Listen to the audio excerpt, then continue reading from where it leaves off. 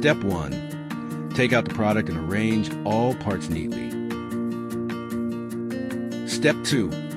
Use a towel to thoroughly clean the door handle and door bowl area. Step 3. Take the adhesion promoter and apply it evenly to the parts of the door handle and door bowl where the adhesive will be placed. Step 4. Take the corresponding door bowl piece, peel off the backing tape. Then gently pull open the door handle. Carefully insert and press the door bowl into place. Step 5. Take the door handle cover. Peel off the backing tape.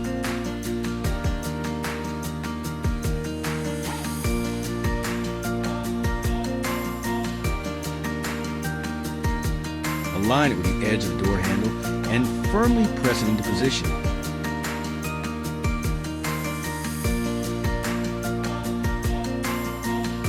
Attention! Do not drive within 24 hours after installation.